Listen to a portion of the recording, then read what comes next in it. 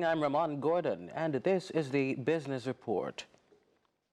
Speaking at the Central Bank's quarterly monetary policy press conference on Tuesday, May 21, BOJ Governor Richard Biles announced that inflation is projected to exceed the upper end of the target range towards the end of the April to June quarter. The Bank of Jamaica BOJ noted that although the country's declining inflation rate is expected to be temporarily interrupted, it is projected to return to the BOJ's target range thereafter. This decision reflects the committee's view that while inflation is continuing its downward trend, it is still not yet firmly anchored within the target range, and the risks to future inflation are skewed to the upside. Statin reported on Wednesday last week that Jamaica's annual headline inflation rate at April 2024 was 5.3%, which is within the bank's target range and lower than the rate recorded at March of 2024. Governor Biles says although the outlook has improved, the Monetary Policy Committee, MPC, believes there are still risks which are expected to increase over the next 8 quarters. I am part of the Jamaican public too, and I want to see rates come down, and I can see even more than many Jamaicans what impact it has on the economy and on the government. So believe you me, I want to see the rates come down. But we need at BOJ to be sure that all of the conditions are pointing in the right direction. And remember what I said, core inflation, we're watching that closely. Business expectations, we're watching that closely. And wage inflation, we're watching that closely. Those 3 things are going to have a powerful effect on what our decision is in the future.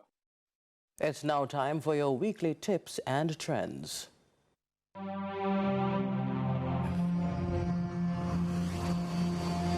Remember the party we talked about last week on IPO or initial public offering?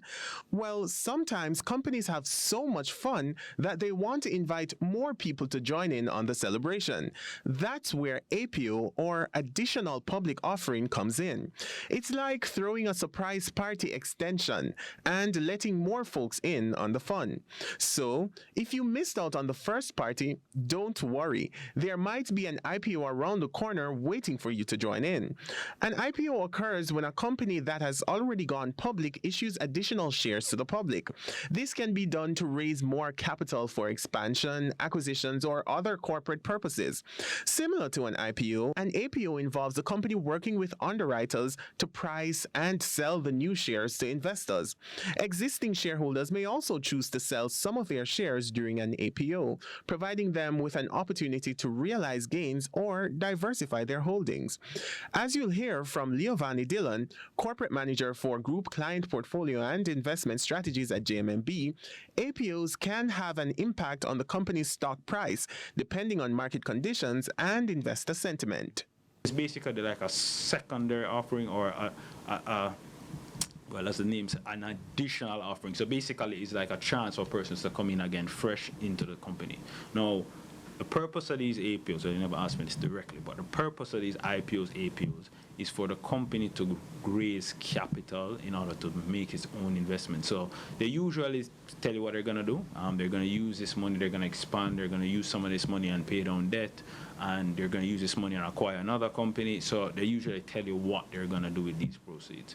So an APO is basically just an extension of IPO to allow a company to take in additional money for investment.